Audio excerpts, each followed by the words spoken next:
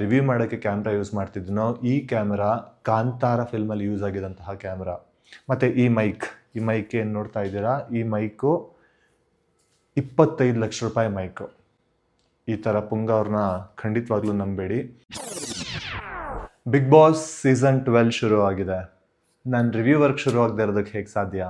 Last season ಮಿಡ್ಡಲ್ಲಿ Sudeep sir Bigg Boss ಶೋನ continue ಮಾಡಲ್ಲ ಅಂತ ಹೇಳಿ, ಆಮೇಲೆ ಮಾಡಬಹುದು ಅಂತ ಹೇಳಿ ಕೊನೆಗೂ ಒಪ್ಕೊಂಡಿರೋದಕ್ಕೆ ನಾವು ಖಂಡಿತವಾಗ್ಲೂ ಥ್ಯಾಂಕ್ಸ್ ಹೇಳಲೇಬೇಕು.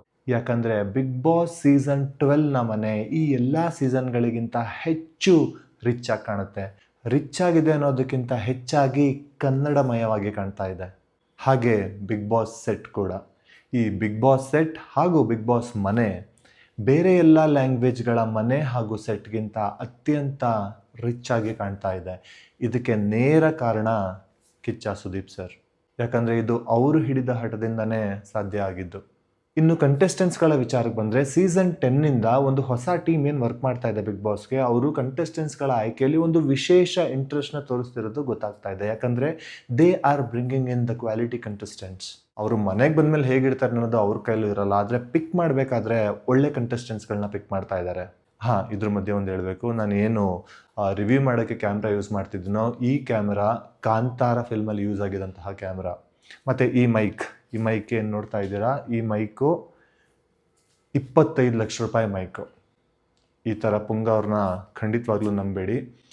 ಈ ಥರ ಒಂದೆರಡು ಕಂಟೆಸ್ಟೆಂಟ್ಸ್ಗಳನ್ನ ಪಿಕ್ ಮಾಡಲಿಲ್ಲ ಅಂತಂದರೆ ಮೇ ಬಿ ಬಿಗ್ ಬಾಸ್ ಟೀಮ್ಗೆ ಸಮಾಧಾನ ಇರೋಲ್ಲ ಅನಿಸುತ್ತೆ. ಫಾರ್ ಎಕ್ಸಾಂಪಲ್ ಸತೀಶ್ ಅವರು ಮತ್ತು ಕರಾವಳಿ ಹುಡುಗಿ, ಅವಳ ಅವಶ್ಯಕತೆನೇ ಇರಲಿಲ್ಲ. What is their contribution to get into the Bigg Boss house? ಇದು so called celebrity reality show. So when you are picking, ಈ ಒಂದೆರಡು ಕಂಟೆಸ್ಟೆಂಟ್ಸ್ಗಳನ್ನೂ ಗಮನದಲ್ಲಿ ಇಟ್ಕೊಂಡು ಒಂದು ಕ್ವಾಲಿಟಿ ಕಂಟೆಸ್ಟೆಂಟ್ಸ್ನ ಪಿಕ್ ಮಾಡಿದ್ರೆ ಇನ್ನೂ ಚೆನ್ನಾಗಿರುತ್ತೆ ಅನ್ನೋದು ನನ್ನ ಅಭಿಪ್ರಾಯ.